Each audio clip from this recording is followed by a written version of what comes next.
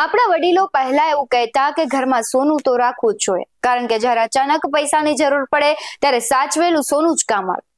આ વાત ખાલી પરિવારને જ નહીં પરંતુ દેશને પણ લાગુ પડે છે, કારણ કે વિશ્વમાં જ્યારે પણ રાજકીય કે આર્થિક સંકટ આવે ત્યારે તે સમયે જે સોનું છે તે બેંકોને કામ આવતું હોય છે। તે જ પ્રકારે સોનામાં રોકાણ માટે પણ એક શ્રેષ્ઠ વિકલ્પ છે। તમને જણાવી દઉં કે સોનાએ છેલ્લા કેટલાક વર્ષોથી ઉત્તમ વળતર પણ બેંકોને આપ્યું છે।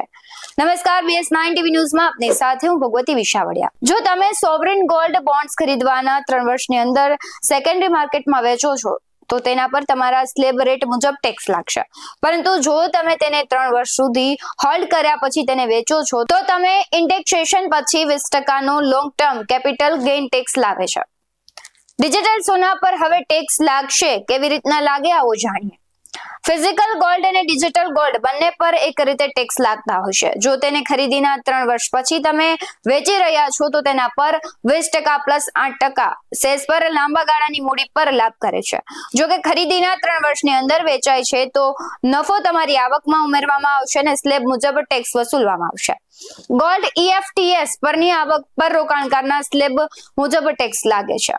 જો તમે સોવરિન ગોલ્ડ બોન્ડને ખરીદ્યાના 3 વર્ષની અંદર સેકન્ડરી માર્કેટમાં વેચો છો તો તેના પર તમારા સ્લેબ રેટ પ્રમાણે ટેક્સ લાગતા હોય છે, પરંતુ જો તમે 3 વર્ષ સુધી હોલ્ડિંગ કર્યા પછી જો વેચો છો તો તમને ઇન્ડેક્સેશન પછી 20% long term capital gain tax લાગે છે। તે જ સમયે તેને પાકતી મુદત સુધી રાખો છો તો તેના પર કોઈ ટેક્સ નથી લાગતો। આ બોન્ડ્સની પાકતી મુદત 8 વર્ષની છે અને 5 વર્ષ પછી પ્રારંભિક રિડેમ્પશનનો વિકલ્પ હોય છે।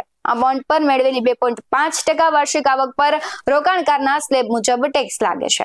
આવા જ વધુ અહેવાલો સાથે ફરી મળતા રહીશું। તમે અમારી YouTube ચેનલને સબસ્ક્રાઇબ કરવાનું, અમને Facebook અને Instagram પર ફોલો કરવાનું ભૂલશો નહીં। બાકી નવી અપડેટ મેળવવા માટે આપ જોતા રહો BS9 TV ન્યૂઝ। અહીં આપેલી માહિતી માત્ર જાણકારીના હેતુથી આપવામાં આવી છે। બજારમાં રોકાણ કરતા પહેલા હંમેશા નિષ્ણાતની સલાહ લેવી જરૂરી છે। BS9 TV ન્યૂઝ ક્યારેય કોઈને રોકાણ સંબંધિત સલાહ નથી આપતું। નમસ્કાર।